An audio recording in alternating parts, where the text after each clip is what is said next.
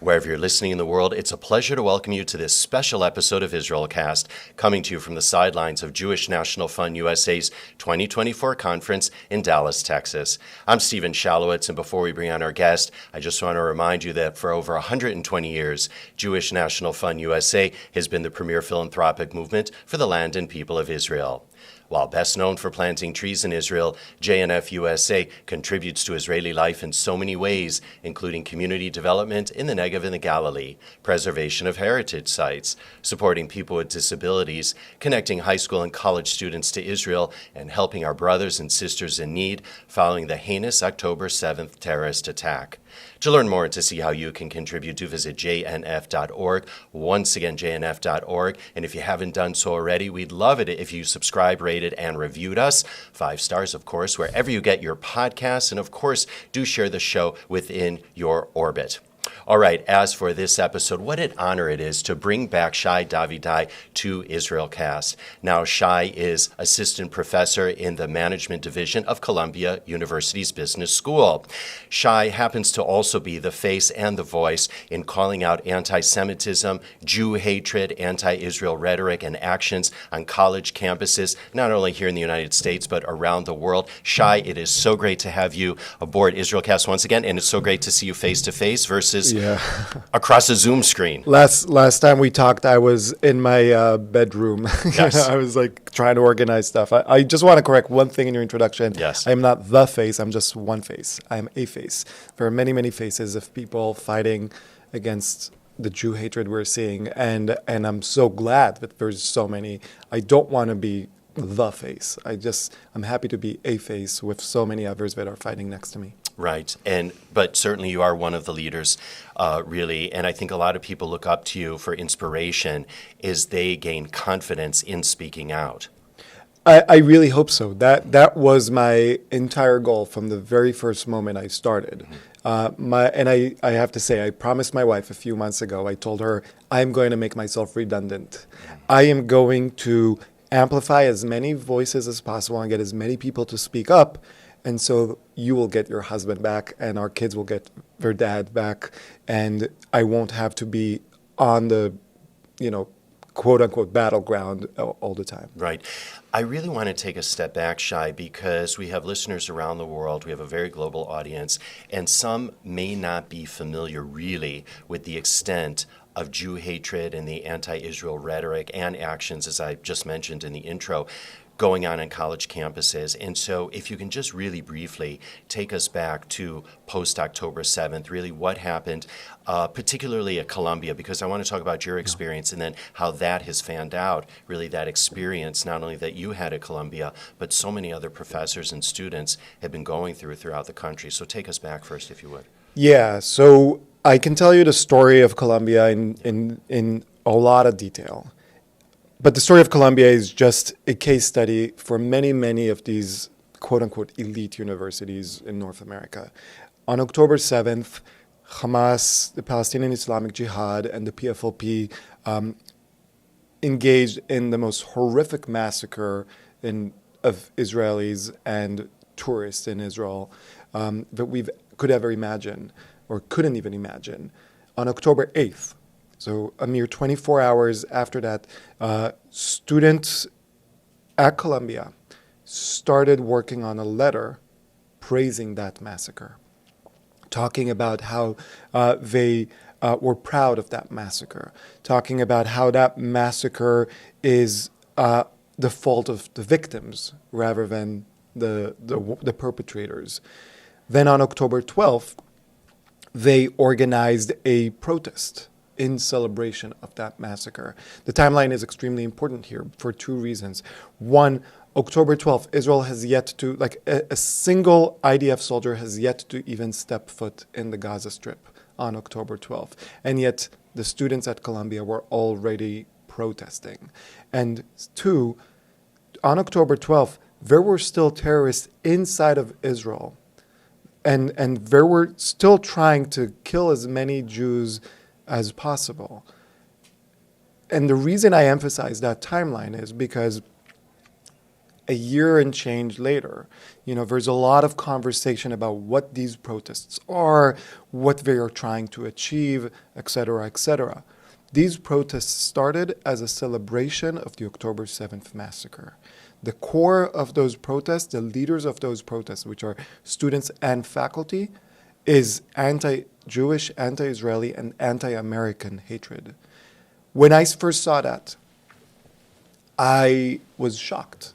I did not have the words to explain, not to other people, to myself, what I was seeing. Because, and I've said it many times before since, this was not politics, this was not ideology, this was hate. I can deal with political differences. I can deal, and I love ideological differences, we can have a conversation. What I cannot deal with is that people hate me, not as an individual, but as part of a group or as a collective. That's when I started speaking up against what I was seeing on campus. Now, over the past year, since October 8th, 2023, until today, we're November 2024, their rhetoric has become increasingly violent and their actions have become increasingly violent. So we have seen them cheering on suicide bombers. We have seen them cheering on the Houthis. The Houthis are the terrorist organization in Yemen while they were shooting rockets at American and British ships.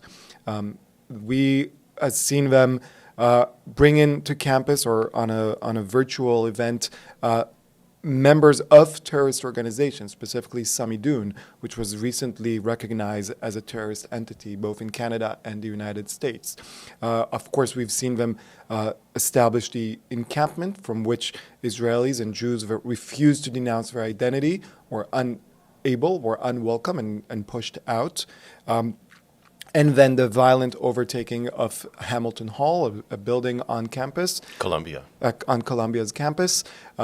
And we've just seen more and more egregious things up until this year, October 7th, 2024, where as the Jewish students and the faculty that came to support them were holding a memorial service for those fallen in that massacre, the pro-terrorist student and faculty organizations counter-protested our memorial, holding signs saying, "Long live the Al-Aqsa flood." The Al-Aqsa flood is the name that Hamas gave to the massacre of October 7.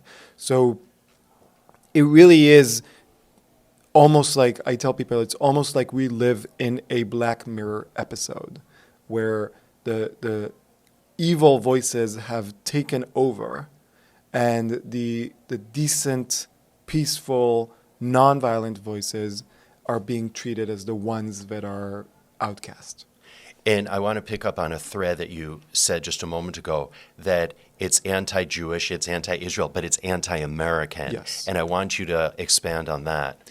Yes, from the very first moment, the student and faculty protesters were talking about the U.S. as the ultimate evil, parroting the language of the IRGC, the Iranian Revolutionary Guard. Yeah, the Revolutionary Guard Corps. When they call Israel the little Satan and the United States the big Satan, there's no difference between how they talk about Israel in the United States and how the pro-Hamas students at Columbia talk about that. I mentioned them cheering on the Houthis, the terrorists that were shooting on American ships. We have to remind people that as of right now, there are still 7 American citizens being held hostage by Hamas. The students and faculty at Columbia are cheering on Hamas, not calling for the release of the hostages, but cheering on the ones holding them. The thing that we've been seeing, not just at Columbia, but all around the country, burnings of the Israeli flag, but also burnings of the American flag.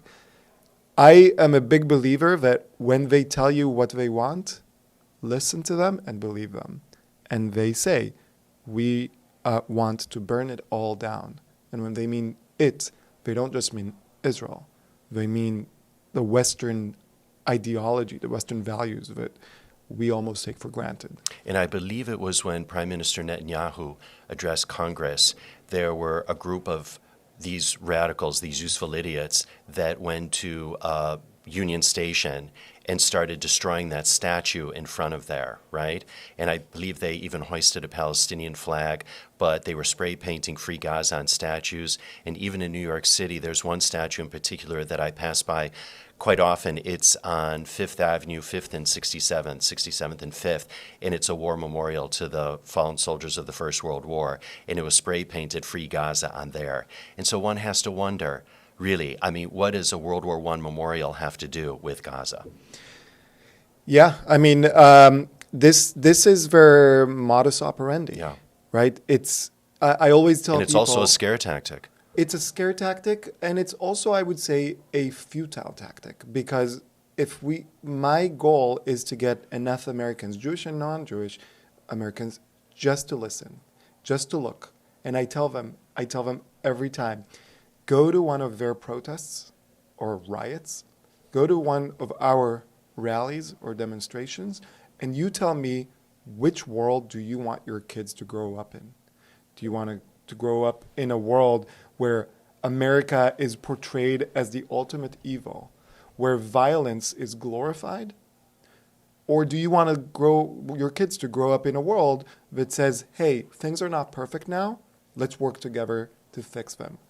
Things are not perfect now, but let's all agree that civilian hostages is a humanitarian issue that shouldn't be politicized. Things are not perfect now, but let's all agree that in the choice between democracy and terrorism, we stand with democracy.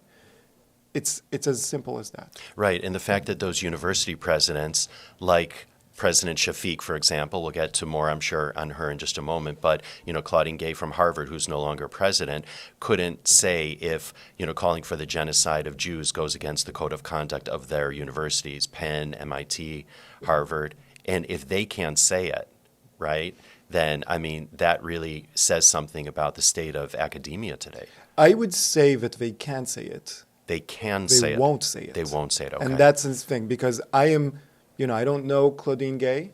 I don't know Minu Shafiq, not for lack of trying. She just wouldn't reply to my emails. But I believe that one-on-one, without video cameras on, she would say, yes, calling for the genocide, not of Jews, of any group, is unacceptable. So she can, but she won't. And that's an important thing. For the past year, what we've been seeing is universities not unable to stop this support for terrorism. It's that they are unwilling to do so. In the root of that, again, is what? Is it that it's all the Qatari money, for example, coming in? Is it that they're afraid of their own left bases and the students are going to start rioting? Or is it a combination of those two things plus? I think it's a combination, right? We now know that there is foreign interference in higher education, both with money, but also with other ways of influencing, just like we know on social media. But I think at the end, the United States is experiencing a deficiency of leadership. We have incredible bureaucrats running organizations that don't need bureaucrats, they need leaders. We have to remember that Eisenhower, before becoming president, but after being a famed general in World War II, was the president of Columbia University. And now we've gone from, a famed leader to a useless bureaucrat. I'm so glad you brought up Eisenhower, Shai, because during the encampment and all the other chaos at Columbia, I kept asking myself, what would Eisenhower do?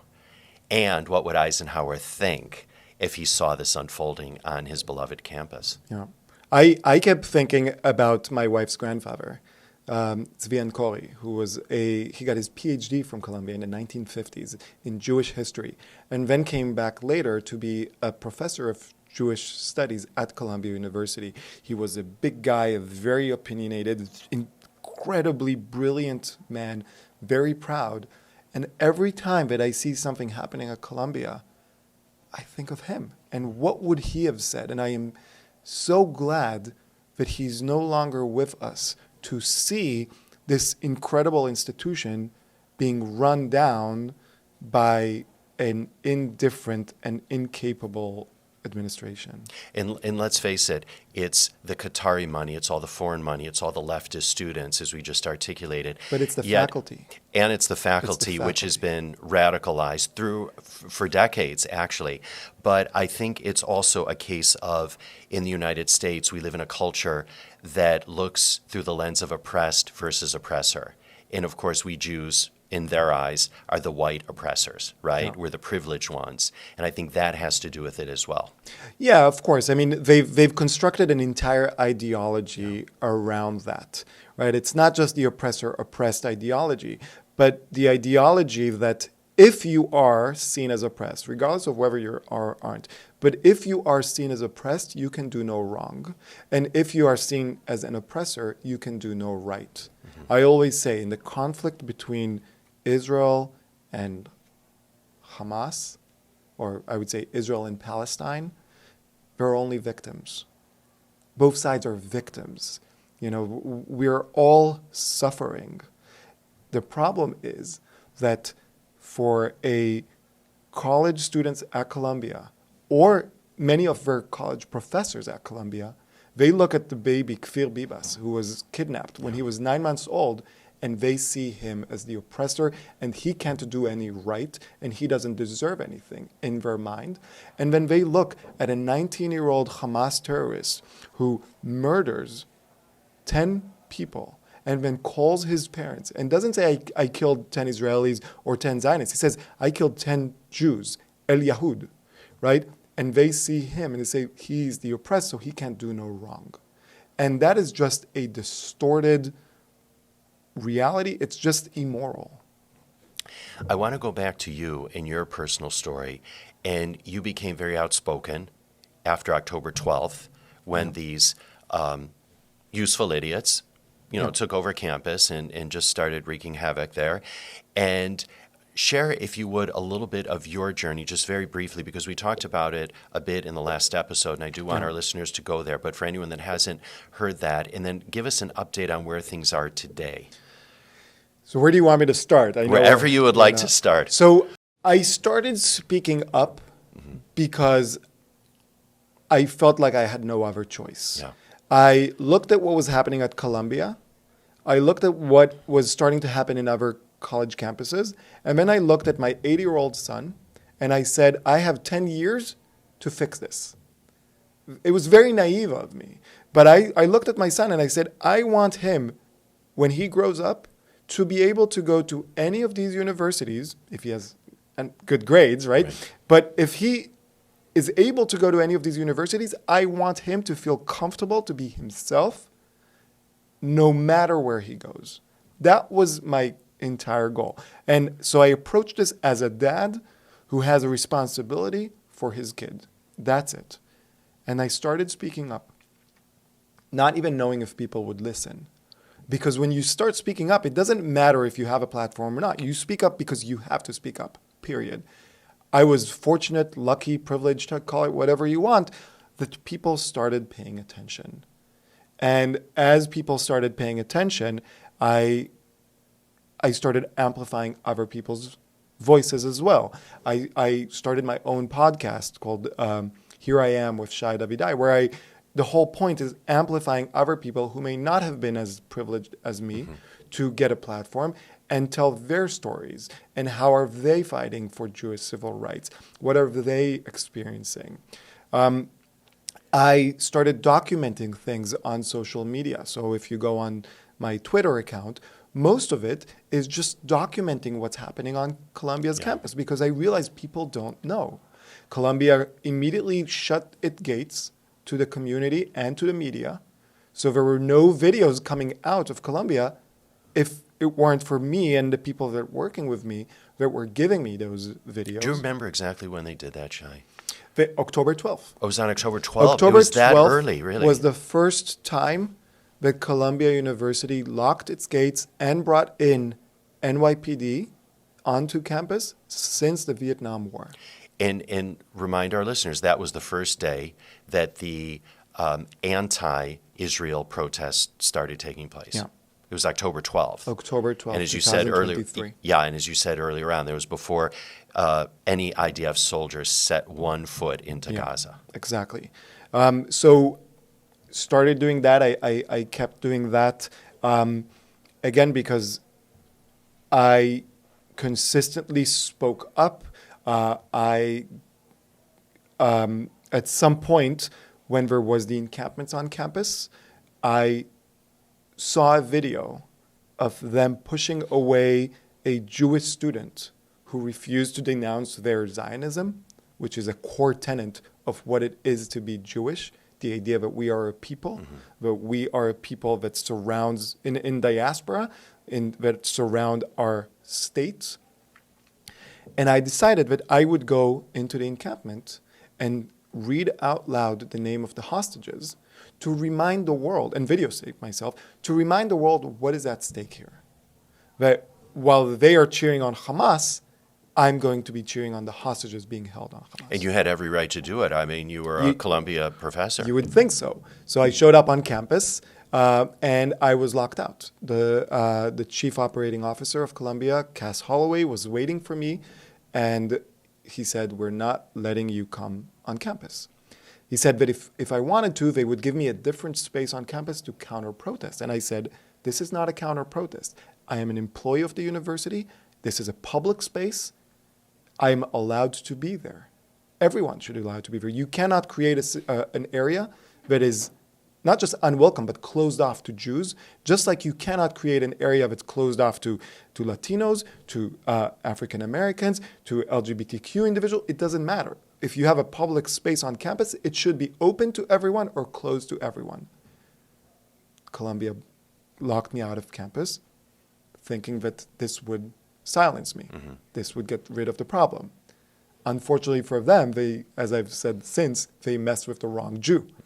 I won't be silenced. If anything, they proved my point that this needs to be addressed. Ironically, after that happened, my platform grew substantially because people saw with their own eyes what I've been talking about. Yeah, that you were standing up, right, for what was right. And also, I will say, before we get on to the rest of your story, you really empowered a lot of people to stand up at that point. That's my goal. And that was that was both your intention, but it was also an outcome of that because I thought, if Shai could do it, I could do it. That's the whole point. Because I keep telling people, like, there is no real reason for you to know my name.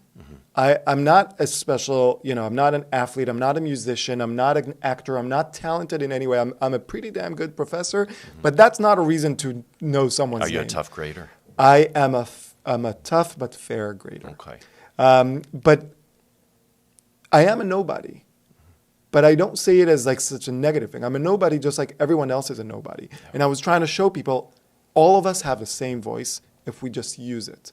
Because if we don't use it, we lose it. And you can use it in different ways. And in different ways. I believe in our last conversation we talked about that. Maybe not everybody is going to be shy going out there and being very visible on the Columbia campus, yet you can do other things. You can do things on social media. You can do writing letter campaigns and so on. Yeah. And you can also amplify other people's voices. Yes. I remind people that a voice without a microphone is nothing.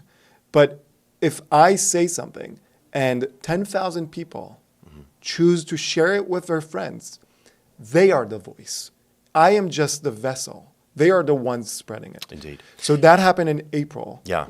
So you were close. Yeah. So you were locked out of the campus. I was locked out of the campus. Then things took a turn for the worse. On campus, the media finally started paying attention. There was a very tense moment when I was being interviewed by Fox News about this, and they asked me, "Where is this coming all of a sudden?" And I said, "No, it's not coming all of a sudden. Just." Not blaming Fox News, blaming all the media.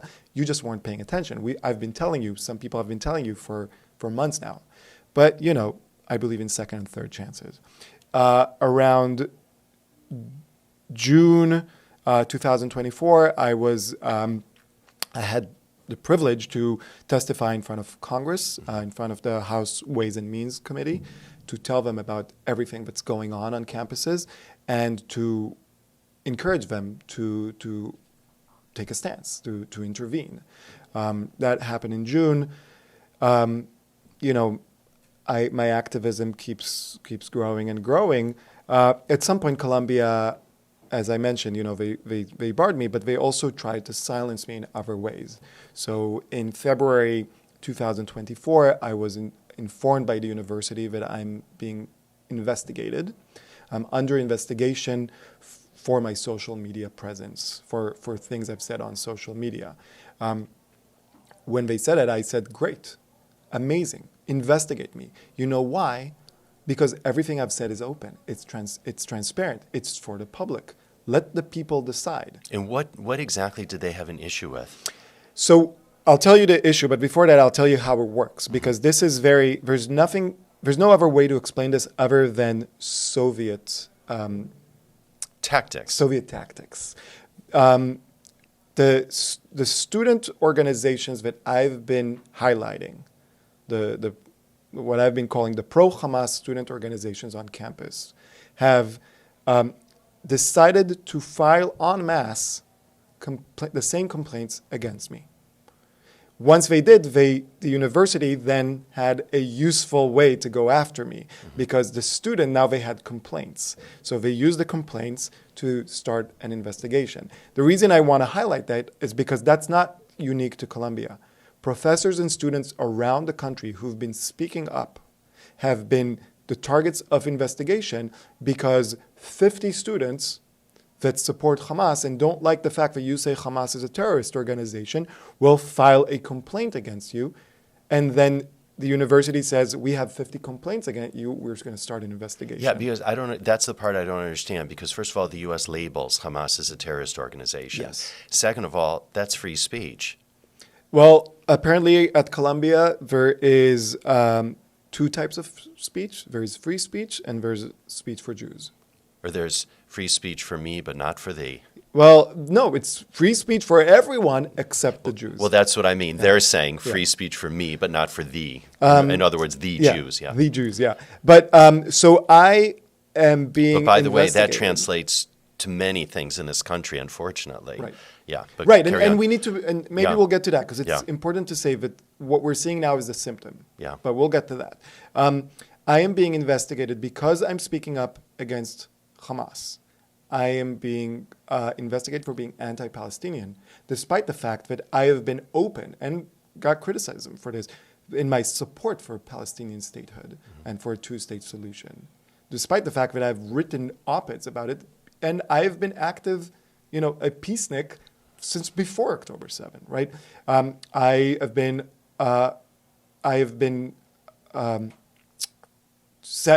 said that I am Islamophobic. Again, because during the encampment, there was a prayer, a Muslim prayer, the Friday Muslim prayer in the encampment where Jews were not allowed, which is totally fine, but the prayer was led by the co-founder of Within Our Lifetime, which is a New York City-based hate group, and this person is someone who has openly praised terrorism, has called for rockets to be showered down on Tel Aviv, and has been one of the people, the strong anti-American voices in New York City. But I'm not allowed to criticize that because he was leading a prayer, right? I'm investigated for being sexist and xenophobic because I engaged in an argument on social media, on Twitter, with a Latina woman.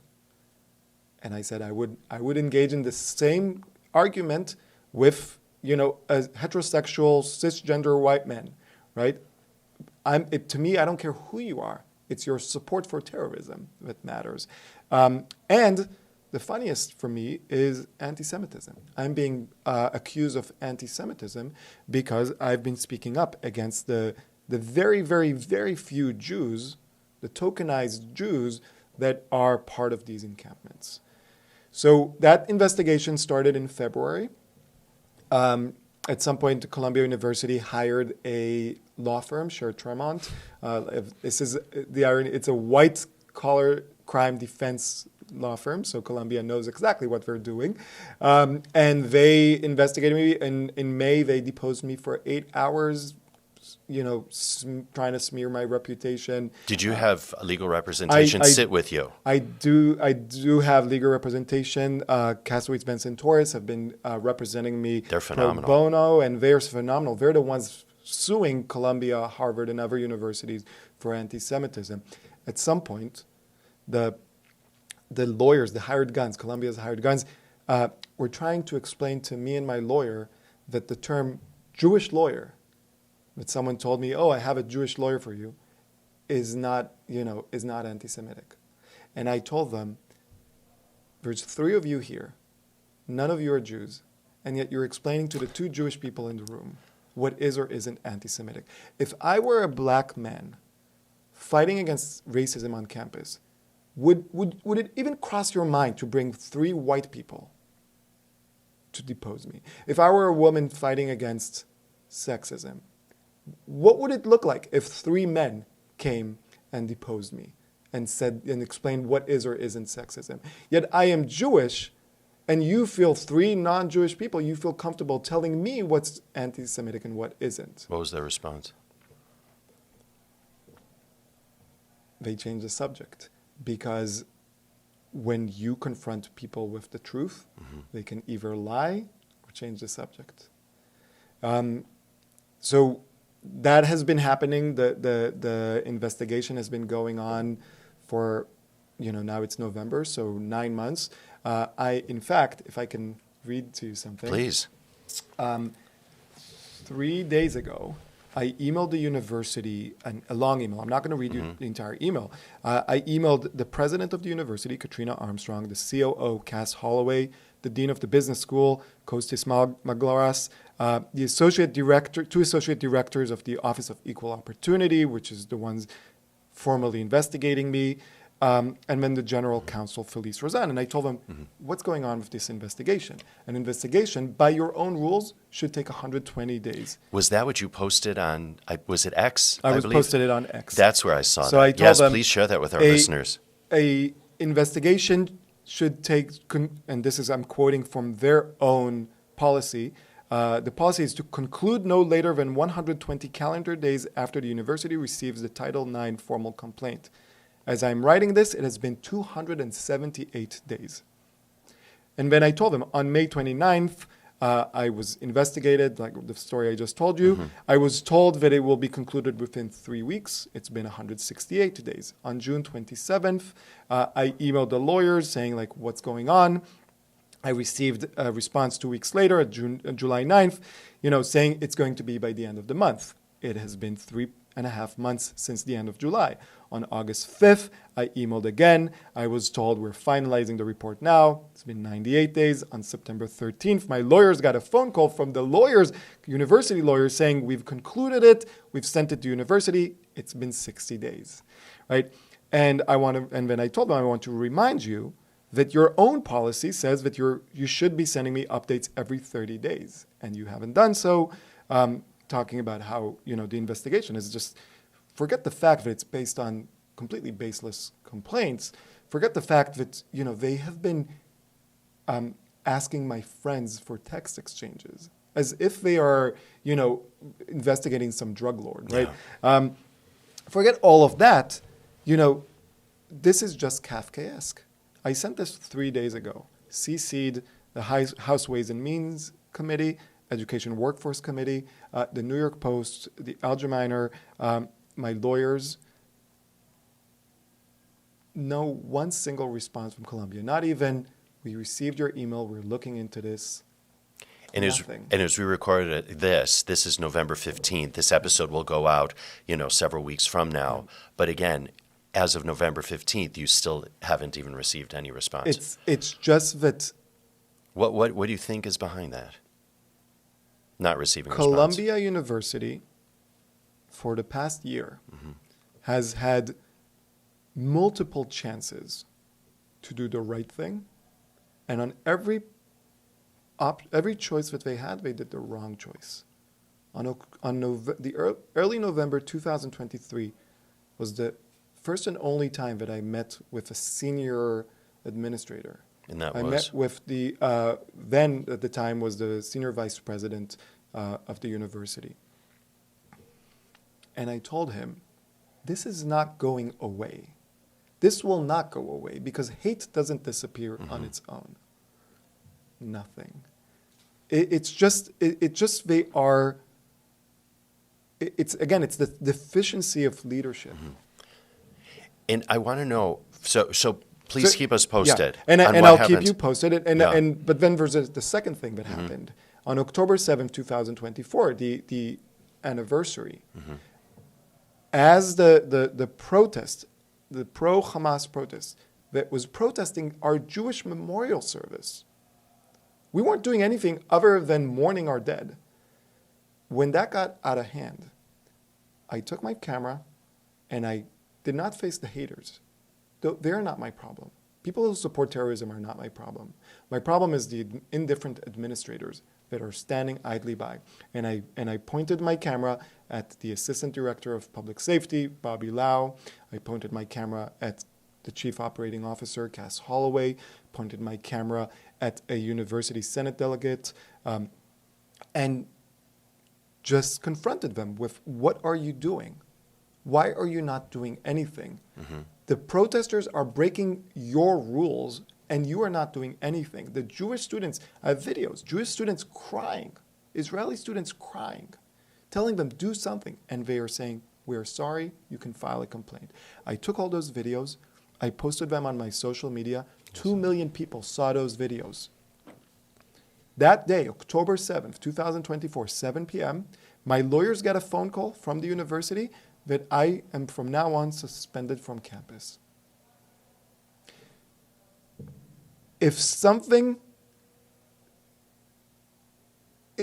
you see on campus a protest that is openly supporting Hamas, that's not my words, that's their words, openly celebrating a massacre and protesting a memorial service, a Jewish memorial service, and your first thing on your agenda is to suspend from campus the Jewish professor who's recording that and speaking up and standing up to that, then your list of priorities there's something off there. So I've been suspended from campus. I'm still employed by the university.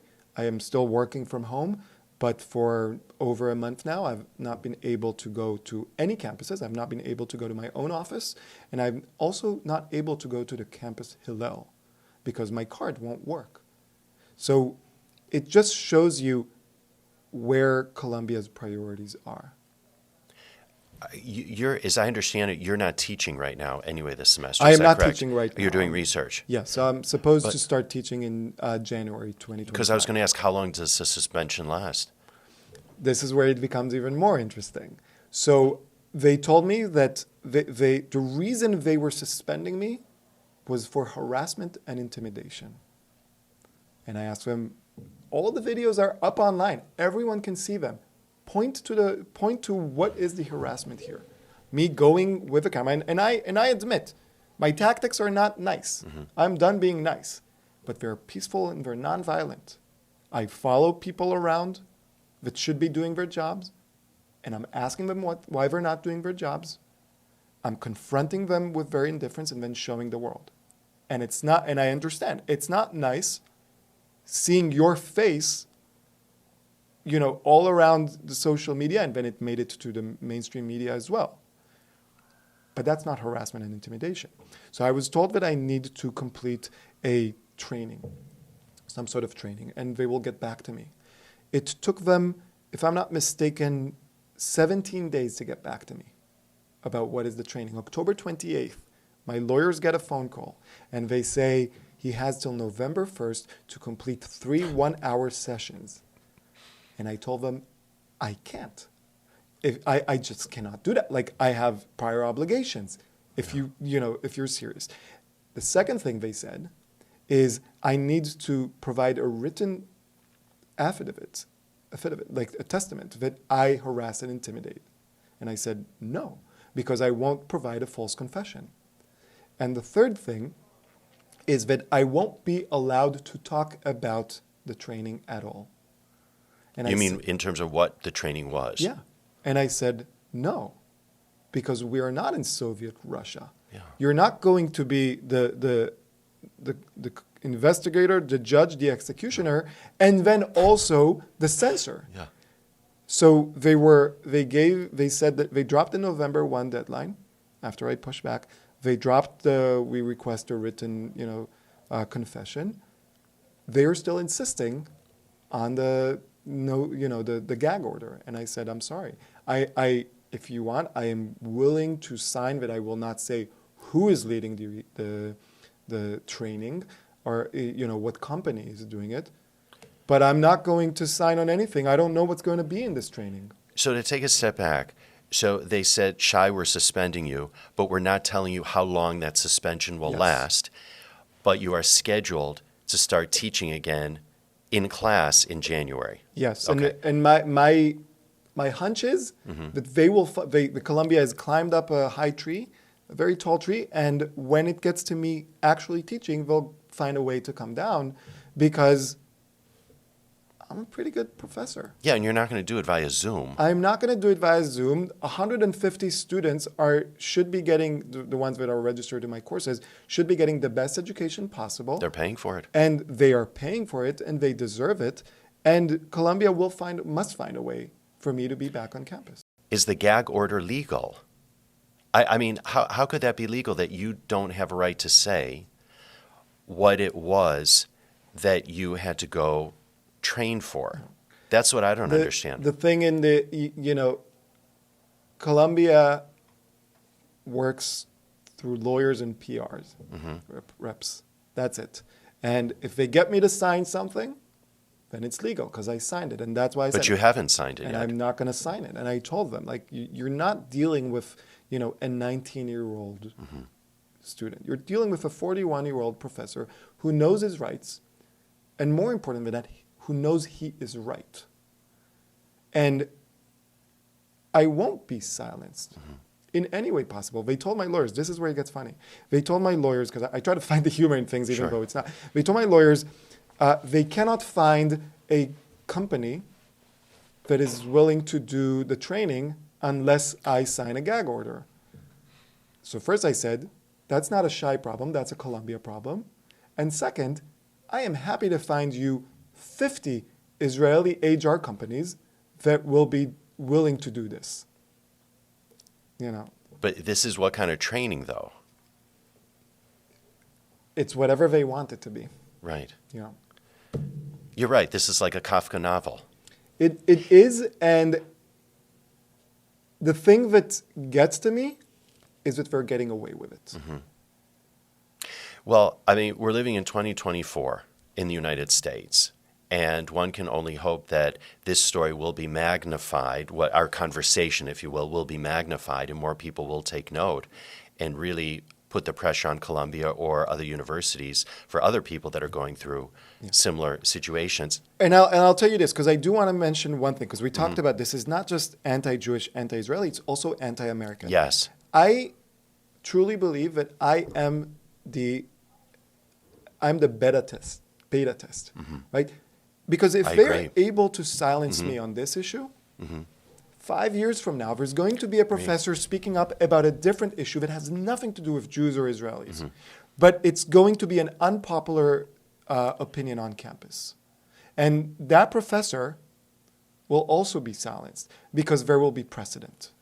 And that is what I'm worried about. That's why I tell people, if you don't use your voice now, when you want to use it, it's too late. It might be too late. This is a drip, drip, drip is what it is. It's what's really happening. And that's what I wanted to ask you.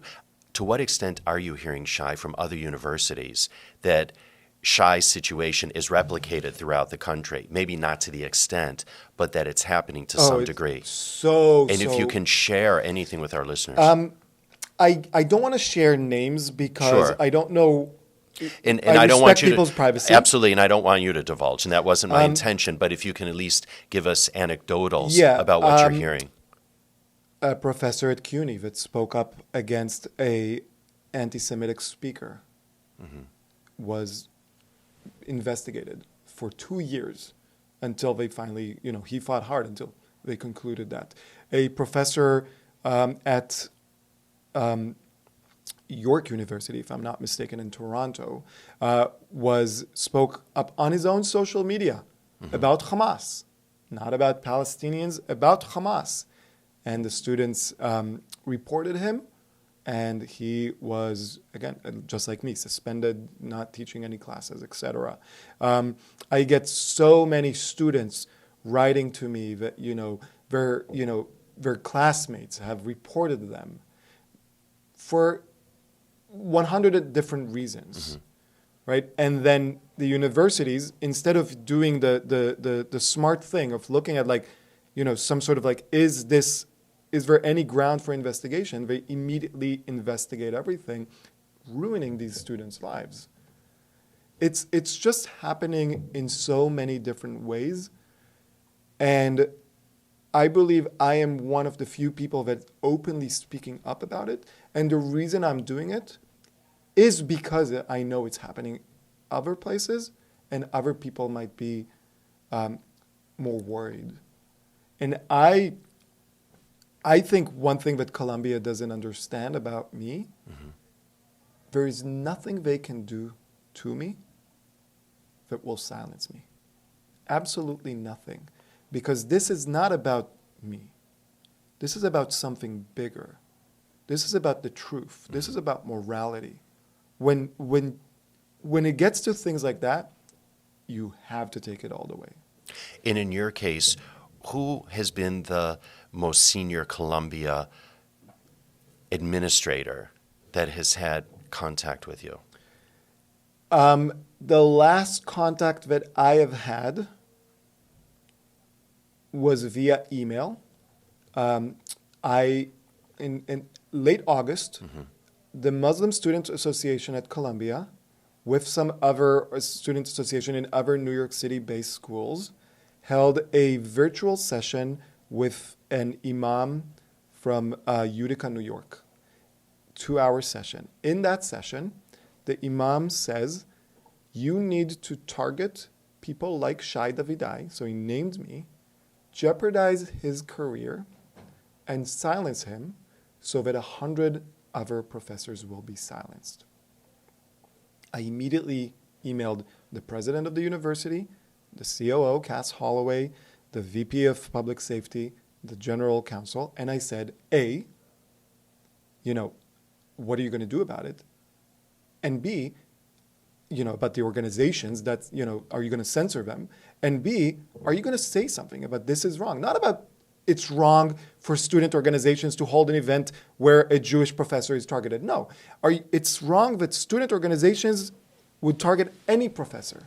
No professor should be targeted. Yeah. No one. Especially no a religious leader. Yes. So I think it took them a few days to just get back to me. Meanwhile, my wife is freaking out because who knows? It only takes one crazy person with a gun listening to an imam that has said that he supports Hamas, no ifs, no buts. I finally get an email, not from the president, not from the COO, not from the general counsel, but the VP of Public Safety. And he said, we conducted an investigation. We hired an outside company to conduct a risk assessment, and you're okay. And I asked him, when did you hire them? It took them 36 hours to evaluate the risk. They never asked me. They never even contacted me to say hey, what's your schedule like? Who are you in contact with? Nothing. That was the most recent interaction that I had. Before that, in I think it was March 2024, I was in a meeting with that Vice President of Public Safety, the COO Cass Holloway, Felice Rozan, the General Counsel, a Vice Dean at Columbia Business School, after the students had, the virtual event with terrorists, to talk about that. And I started that meeting. I put my phone on the desk, and I said, I'm going to be recording this because there's an investigation against me. So I cannot have a conversation with administrators unless it's recorded. They knew it's being recorded. And then I said, before we start, can we just agree on the facts? Can we agree on the fact that Hamas, the PFLP, and the Palestinian Islamic Jihad are U.S.-designated terrorist organizations? And he was silent. And I said, can we not agree on these facts. Like, you can go on your phones and Google it. Like, these are facts. The COO, Cass Holloway, looked at the general counsel, who was sitting across the table from her, and after, like, it was a tense 30 seconds, maybe 40 seconds, she gives him like a nod, and then he said yes. Then there were some other questions like that, but I did not intend the recording to be a gotcha moment. I recorded that to make sure that I am safe. But and I urge people, it's on my YouTube, it's on my social media. I posted that because people need to know that is these are the leaders, or leaders. They don't lead anything. These are the bureaucrats that are supposed to be the leaders at Columbia. So I'm guessing like Claire Shipman, who's one of the trustees, she's never been in the picture. Claire Shipman or David Greenwald? Yeah. Never. And she was a journalist. And so you would think that she would have some kind of curiosity to delve into all of this. Every person, it feels like every person in the world, definitely every Jewish person, has my phone number. Except Claire Shipman. She does. I'm sure she does. David Greenwald. Yeah, of course I'm being facetious.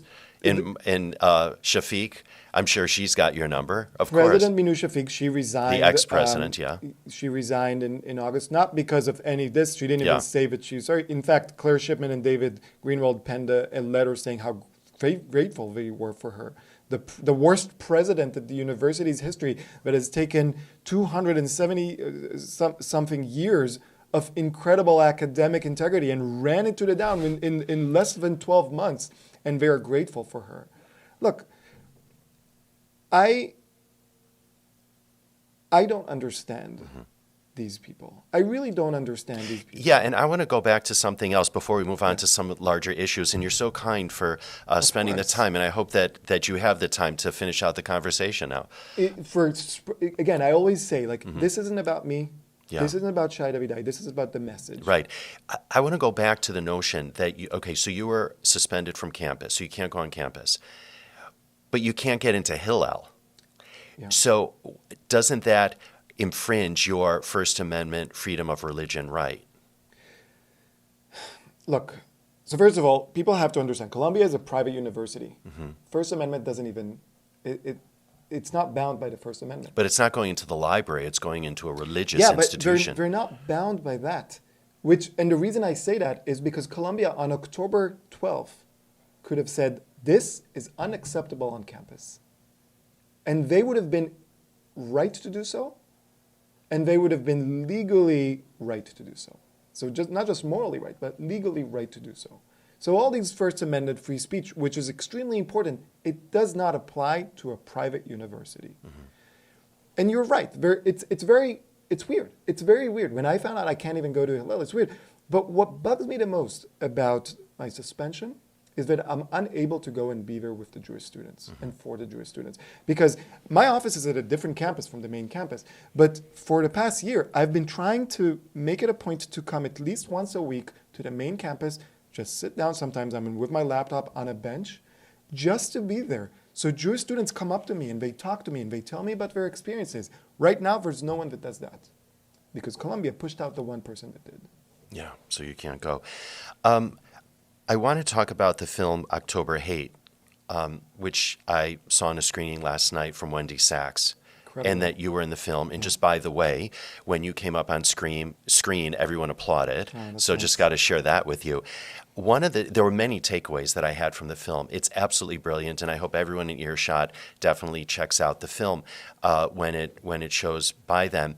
One of the takeaways that I had from the film was the importance of allies and allyship, especially in non-Jewish groups and among non-Jewish friends, people that aren't Israel advocates, for example. And I know personally, I have friends, Singapore, Iraq even, Mexico, here in the United States, many of my Catholic friends that have reached out in support of me and of Israel and of the Jewish people. And it has been so incredibly heartening to have that outpouring, truly. And I'm just wondering from your perspective, if you can share, number one, personally, have you had people reaching out to you that aren't in the Jewish world or the Israel advocacy world, and just share with our listeners also the importance of creating these allies for the Jewish people and for Israel?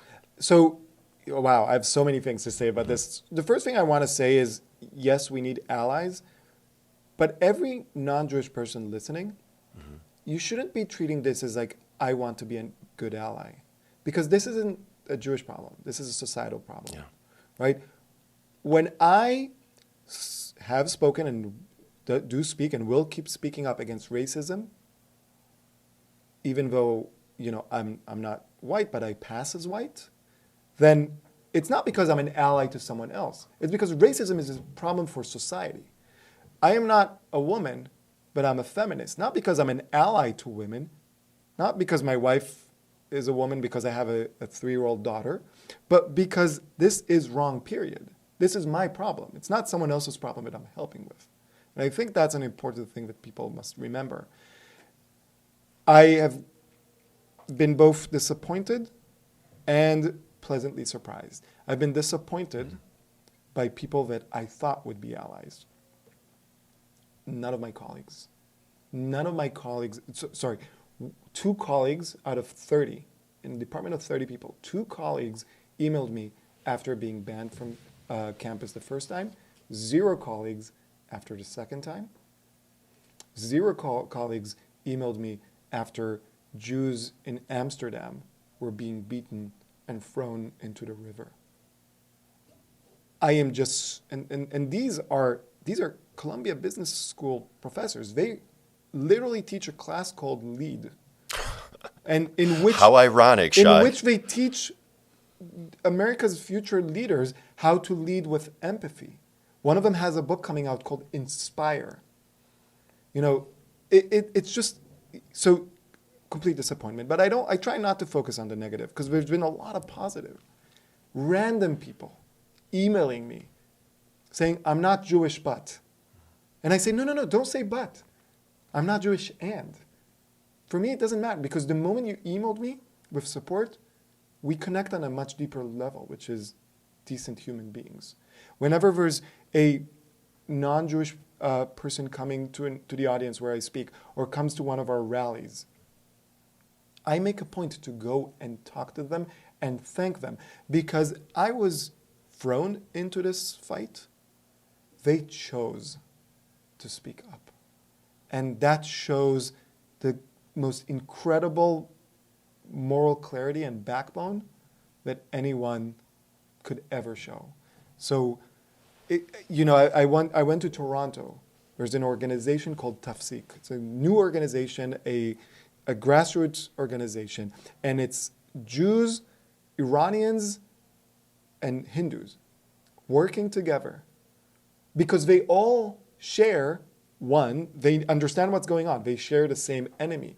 But that's not enough. Common enemy is not enough for allyship. Common values. They share the values of we prefer democracy over terrorism. We appreciate Islam, but not Islamism, which is a political stance. We appreciate being moderate, but not extremists or fundamentalists. So they created this incredible alliance, and they go to each other rallies. Not just about Israel, not just about the hostages. Is it just a Canadian organization? Right now it's in Toronto and Winnipeg. I hope it will grow. What a great idea. It's just incredible. And look, just sheer numbers. Jews cannot do this on their own. And we know this in the past. When Jews did not have allies, bad things happened. In fact, people talk about the righteous among the nations. Yeah. Right? The righteous among the nations were non-Jews that hid or helped save Jews during the Holocaust. There are approximately 28,000 people that are recognized around the world as righteous among the nations.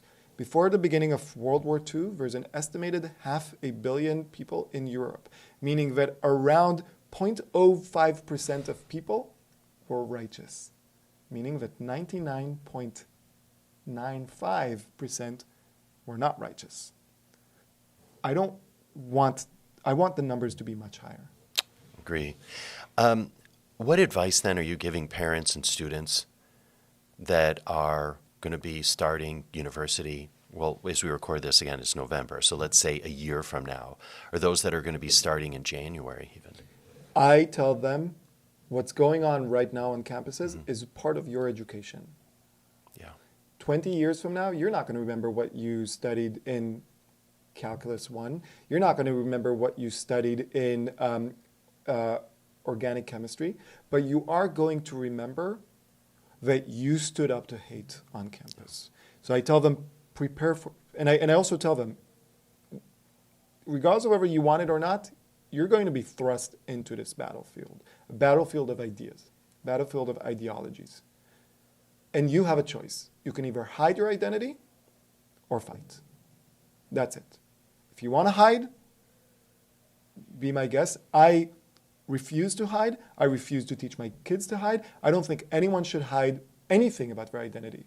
If you're gay, there's no reason for you to hide that you're gay. If you're trans, there's no reason to hide if you're trans. If you're Jewish, Muslim, Christian, there's no reason to hide any of your parts of your identity. So don't hide. So given that you're not going to hide, you're going to have to fight. What does that mean to fight? And I always say, peacefully, non-violently, but don't confuse non-violence to submissiveness. Meaning you have to be present and physically there, maybe even learn how to defend yourself, but you have to educate yourself.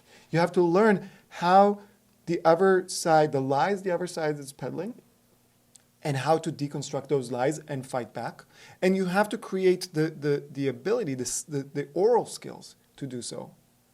Because when you're going to be in a classroom where a professor who seems smart, probably not, but they seem smart and they have authority, and 20 other students are there telling you that what you believe in is Satan, how are you going to stand up and say no? The only way to do so is to train yourself, to study, to educate yourself, to actually train yourself in speaking up, and to understand that you have no other choice. Shai, just a couple other points before we wrap, because I'm super mindful of the clock. I don't get into politics on this show. We have liberals, we have conservatives, we have independents, we have people of all stripes on the show. I'm wondering, though, if you're optimistic, given the new administration, in terms of their comments in the past, or at least those people that have been involved or will be involved in the new administration, on anti-Semitism, on Israel. I mean, Elise Stefanik, Congresswoman Elise Stefanik, is going to be the ambassador to the United Nations. I cannot wait to see her in action, fighting for the United States, certainly, first and foremost, but also taking on all the Israel haters as well, just based on what she did in Congress with those 3 or 4 presidents, okay? We have Mike Huckabee, for example, the new ambassador to Israel, Marco Rubio, there's been, nothing but support for Israel and condemnation of Jew hatred. And so I'm just wondering, are you optimistic about what these next 4 years look like? Wow, that's a great, I would say, you're right to not talk about politics. I always say, I'm not Republican, I'm not Democrat, I'm Jewish. Anti-Semitism, hatred, anti-Americanism is above politics, right? Like, if we become a society where half the country thinks that anti-Americanism is bad, and half the country thinks it's excusable, then America loses, just like any other society loses. I'm cautiously optimistic. I am cautiously optimistic because I think I'm finally people are paying attention, and people in power are fed up. They are fed up. They're fed up with these elitist universities. They're fed up with the fact that a new survey that came out, 94% of donations from Harvard University went to Democratic politicians and only 6% to non-Democrats, to Republican politicians. I would be as angry if 94% went to Republican politicians and 6% went to Democrats. But you're saying it's skewed. It's skewed because the moment it becomes so skewed, you're no longer a university of the people, you're a university of the party. And again, we are not in Soviet Russia.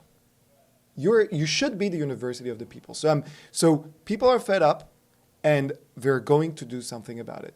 That's why I'm optimistic. Why I'm cautiously optimistic is because I am worried that in the United States, in the state of politics, the pendulum swings too far left than too far right, and it never ends in the moderate world, where most people are moderate. Most people are really centrist in this country. And I hope they don't pour out the baby with the bathwater, right? Yeah. But yeah, I mean, it's clear that people are fed up and that something needs to be done.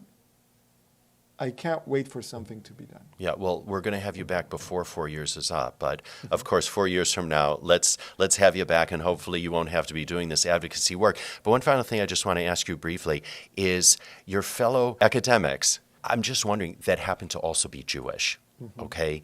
I know that many of them are experiencing difficulty in terms of doing research, presenting at conferences, wanting to get out there. And I'm just wondering what you've seen. Especially Israeli professors. Israeli professors, that's what I'm talking about. And I'm just wondering, what have you seen, what have you heard, and any advice for Israeli academics out there? I spent the summer in Israel.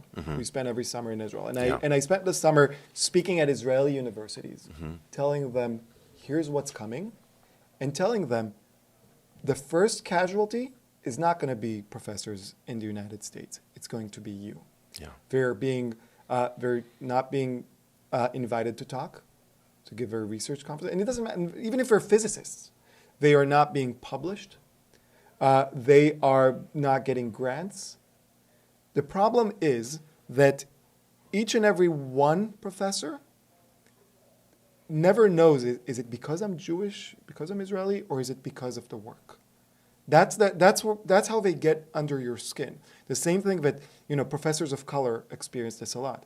Did I not get this because I am black, or because the work wasn't good enough? Or did I get it because? Right.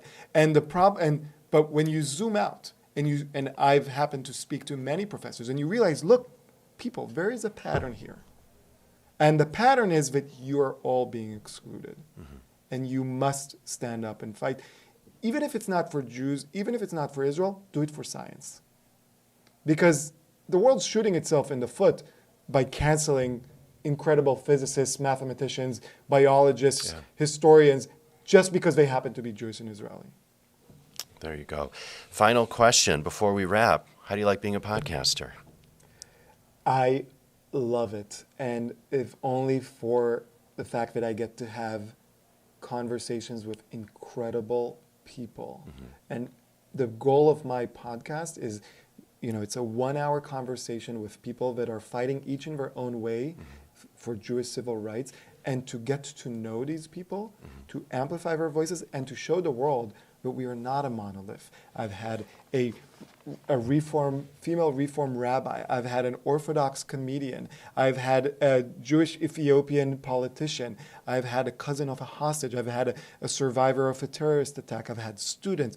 I've had artists. I've had musicians. I've had all sorts. And the thing that unites all of them is that they see a wrong and they're fighting to correct it. Yeah. And so I hope everyone would listen after they listen to IsraelCast, to Here I Am with Shai Davidai. All right, and on that note, we're going to leave it right there. Shai Davidai, thank you so much for joining us. Thank you for all the work that you're doing, and I hope that your work is not needed very, very soon. I hope that in 4 years, no one knows my name, so you'd be like, why should we have this guy? I hope in less than 4 years. Because we've solved the issue. Absolutely. Solve the issue sooner than later. Thank you so much. And we'll have info about Shai on the show notes page of this very episode on our website, jnf.org/IsraelCast. And we do release new shows every other Wednesday. Don't know why you'd want to miss an episode. In fact, I might even do some bonus episodes as well. And just so you never miss an episode, subscribe to us wherever you get your podcast. And you can also get it at jnf.org/IsraelCast. It's that easy. And once again, do share it within your family and friend universe. All right. Well, listen, as I always say, also it takes a whole moshav to put IsraelCast together. For that, we thank Vivian Grossman, Stefan Oberman, J.D. Krebs, and Ellie Kodrin. Our editors are Jay Rothman and James Cassell. Masada from Miratone Studios right here in the very heart of New York City. And the music that you hear at the top and tail of the program is titled My Eden. It's by the very talented Rafi Malkiel from his album Water on the Tzaddik label. IsraelCast is powered by Jewish National Fund USA, your voice in Israel. For more info about JNF USA, do visit jnf.org. And if you'd like to write to us with story ideas or just to say howdy, I know Shai would love to hear from you. Wouldn't you love to hear from our listeners? I just want to know. Yes, that's the whole point. That's the whole point, right? Conversations. Exactly. And I'd love to hear from you as well. So do email us at IsraelCast@jnf.org. Meantime, I'm Steven Shalowitz. Thank you for tuning in and looking forward to having you join us on future episodes of IsraelCast.